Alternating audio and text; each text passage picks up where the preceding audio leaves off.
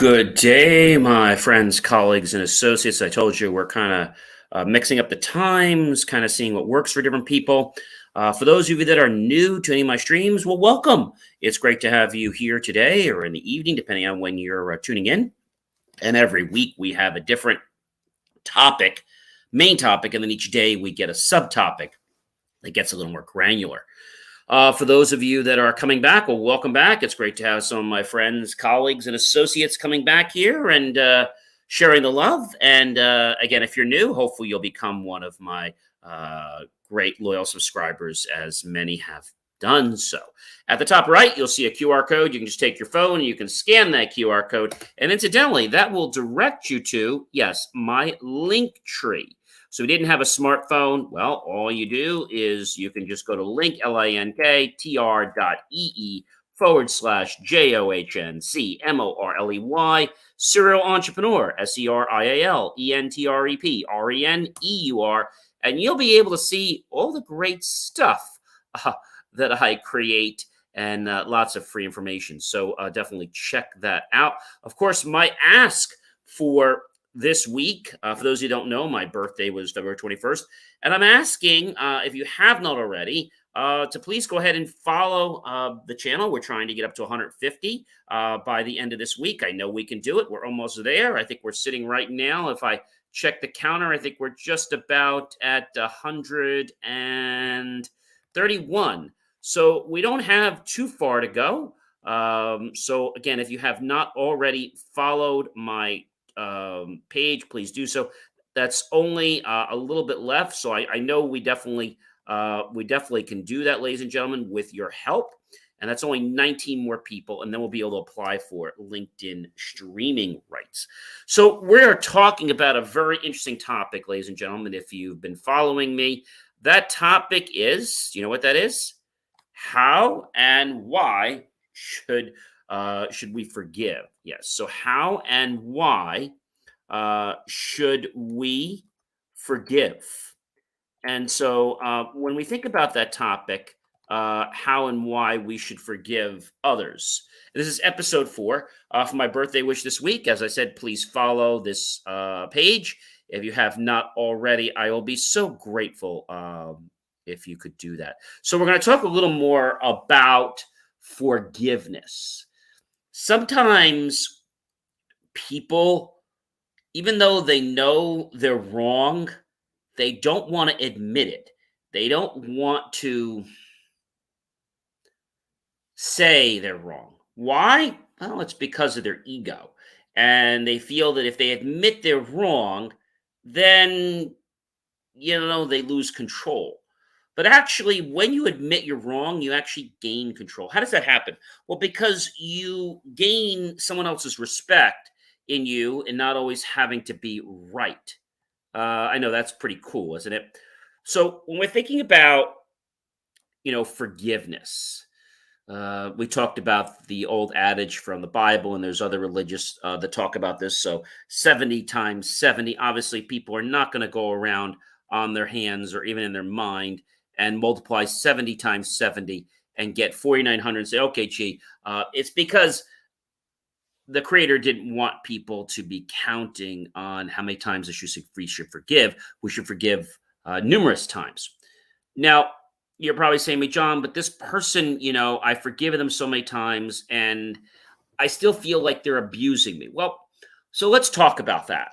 If somebody's abusing you, okay, that means that they're going to do something wrong. And then, as soon as you forgive them, they're going to do it again. Well, can you keep forgiving them? Well, I think then the point is to say it's good to move away from that person, right?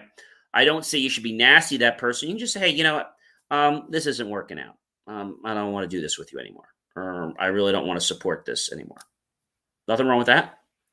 And so that's a way of still leaving with a very genuine way and being positive and letting you do what you need to do in life. So we've talked about forgiveness. Sometimes people, they want to get forgiveness, and it's because if they get forgiveness, they believe they're going to get something from you. What do I mean by that? Well, if they get forgiveness, they have this false hope that when they get this forgiveness, that they're going to be able to suddenly open Pandora's box and they're going to be able to, yes, quote unquote, manipulate you. We should never be using forgiveness as a tool to manipulate someone. Because even if it doesn't backfire today, I got news for you, friends, colleagues, and associates. It's going to backfire one day in time when you least expect it. And believe me, it's going to be a mess. So, for those of you that are watching today or watching the restream, go ahead and just give me a like or a support. Of course, a follow if you're on any of my great pages here on LinkedIn. So, Facebook, John C. Morley, Serial Entrepreneur. Facebook, regular profile page, John C. Morley, Serial Entrepreneur. LinkedIn page, John C. Morley, Serial Entrepreneur's YouTube page. Twitter, Twitch, Periscope, for those of you that are still watching that, which is getting phased out. And then what I'd like you to do is comment below, what is it that you're wrestling with when we think about forgiveness, right? So I'm going to ask this, what are the mechanics of forgiveness? That's a real tough one, John. The first step is you have to understand that you might be angry. Okay. Maybe you're annoyed. And you have to decide that you want to forgive the person. Okay. You'll work on forgiveness and then you have to release the emotional strain that's keeping you locked in one place over and over and over again. But when we think about the mechanics of forgiveness, a lot of people think that it's just something you just do. Forgiveness takes a lot. And, when you forgive someone, it doesn't have any concessions on it. So let's say somebody does something wrong to you and they come to you for forgiveness. First thing you might say is, well, why should I forgive them? If they're coming to you for forgiveness, okay, with a humble, contrite heart and one that is sincere, okay, you have an obligation to forgive them by being a good human being. If they come to me like, I just want you to forgive me. Well, you say, I'd be happy to forgive you if you're sincere and humble with a contrite and honest heart. Oh, I just want you to forgive me. That's not forgiveness. That's somebody doing something because they think that's what they need to do. So thinking about forgiveness, just for a moment, I'll sit back here in my chair. When we think about forgiveness, I want you to think of forgiveness as a stage, right?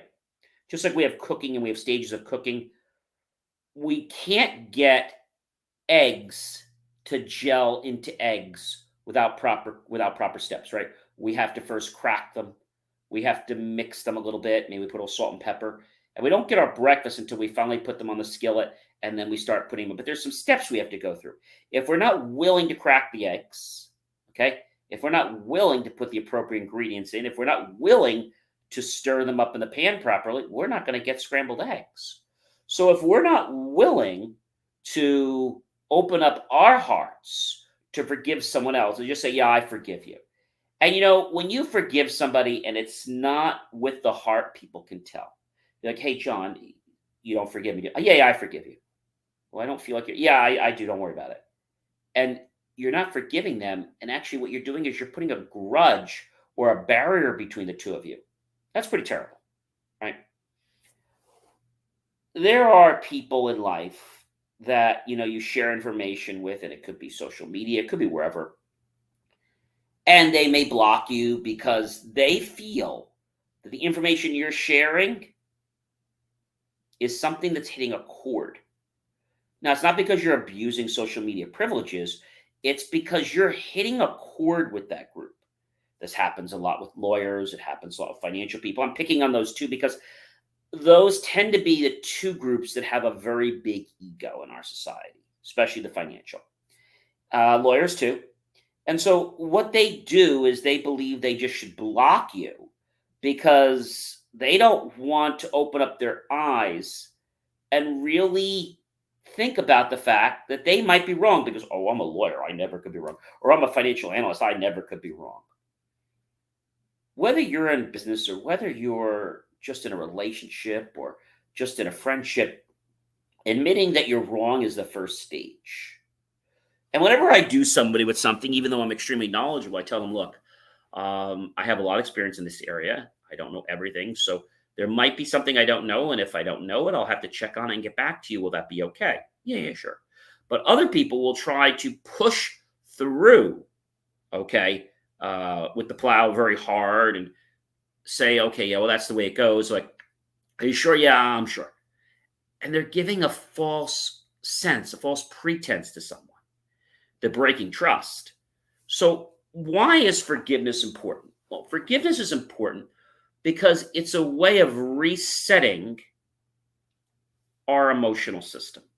It also resets more than that, our physical, right? Different systems in the body. Because when we forgive someone, it's kind of like if you were going up a mountain, right? And you had, I don't know, 10 bags. And each bag, let's just say, was equivalent to 100 pounds. 100 pounds. So we all can do the math on that very easy. 100 times 10 bags, okay, is 1,000 pounds.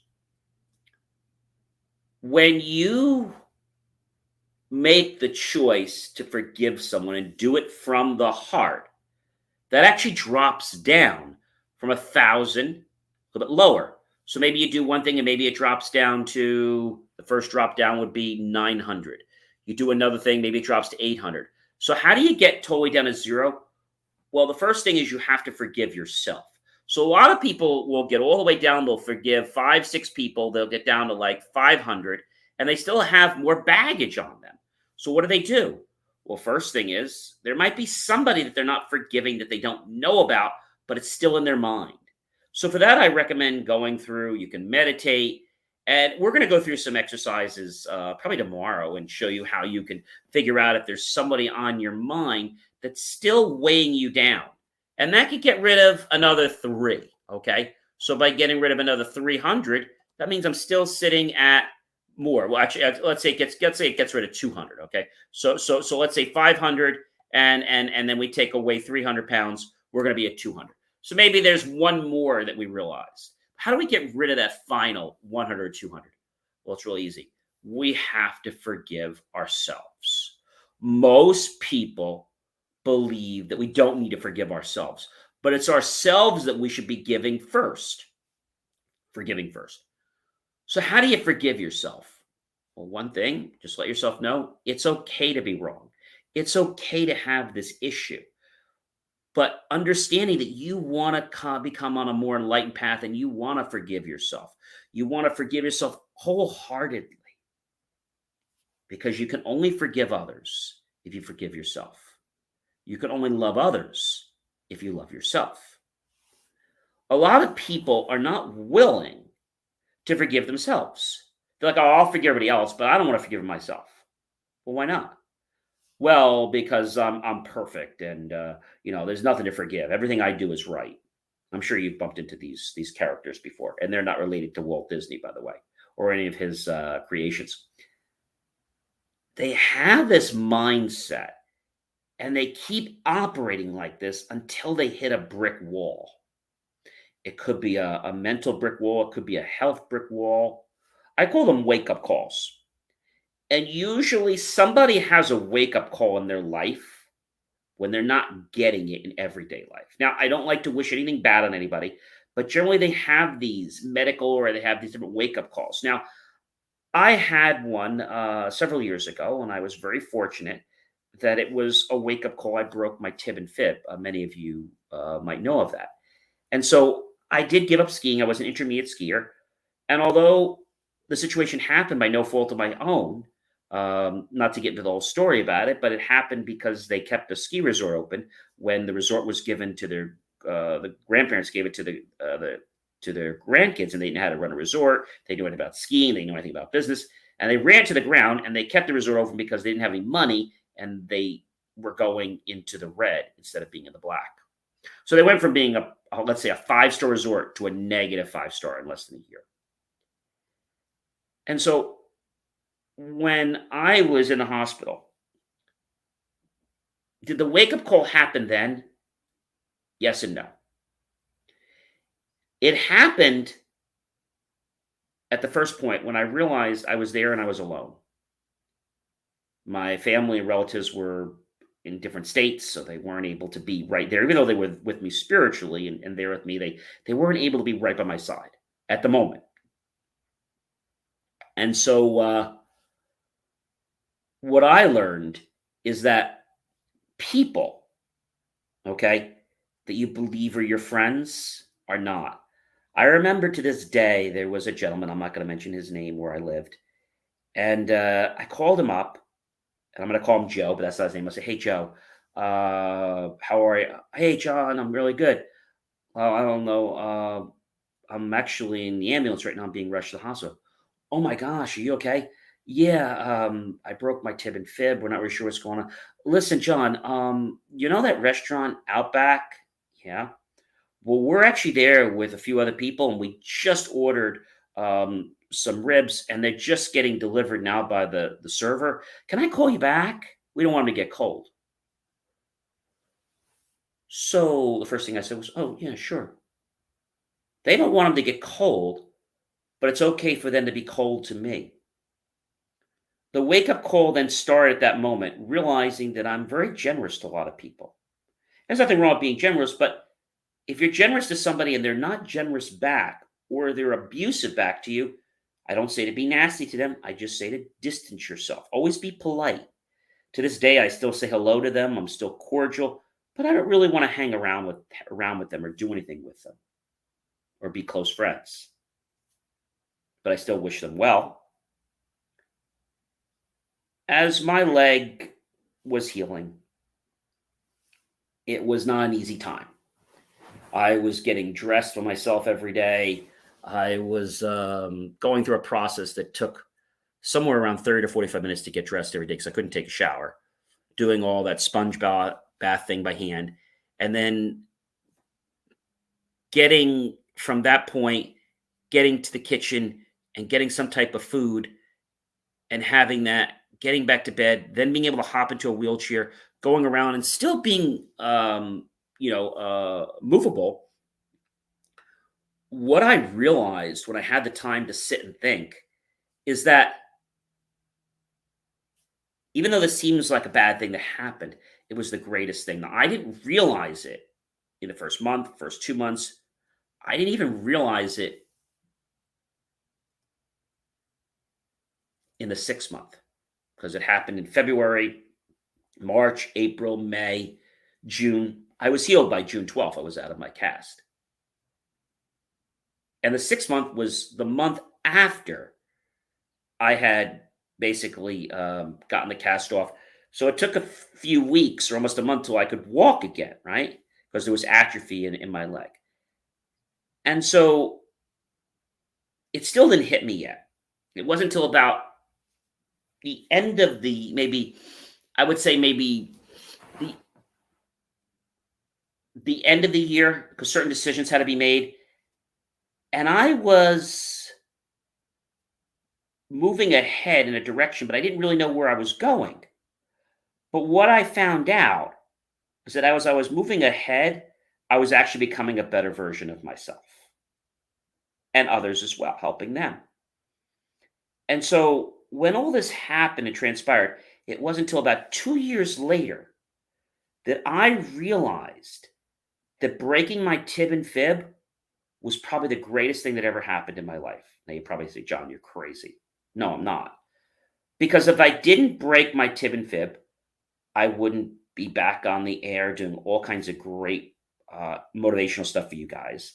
I wouldn't have taken my beginning podcasting and really stretched it. I wouldn't have gotten back in as a video producer. I wouldn't have built a new production studio. I wouldn't have done any of these things because I would have still been in the spot that I was in and waiting for change. So, because this happened to me, the universe kind of set it into motion. I had to make some choices and some changes. And I had to go with the flow.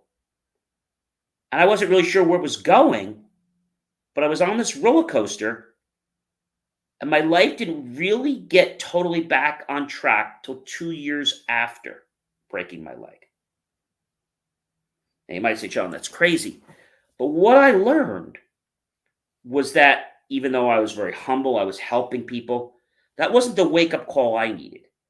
I needed the wake up call to know that John is enough. John has the ability, he has everything he needs to be able to grow. And that had to be re emphasized to me. And when it came up, I realized, wow, the world's my oyster. There's so much I can do. And at that moment, I was very grateful for breaking my tib and fib. I probably wish it was just maybe just one of the bones and not two of them, but it helped me realize who my friends are, helped me realize what my strengths were, and how to dig deeper to get strengths that I needed to be able to achieve goals in life. I think a lot of people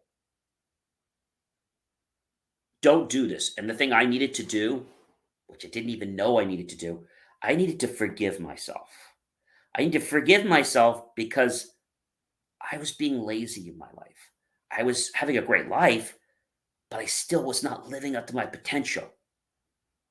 Now, why? Because I knew there was more in me, but I didn't harness it.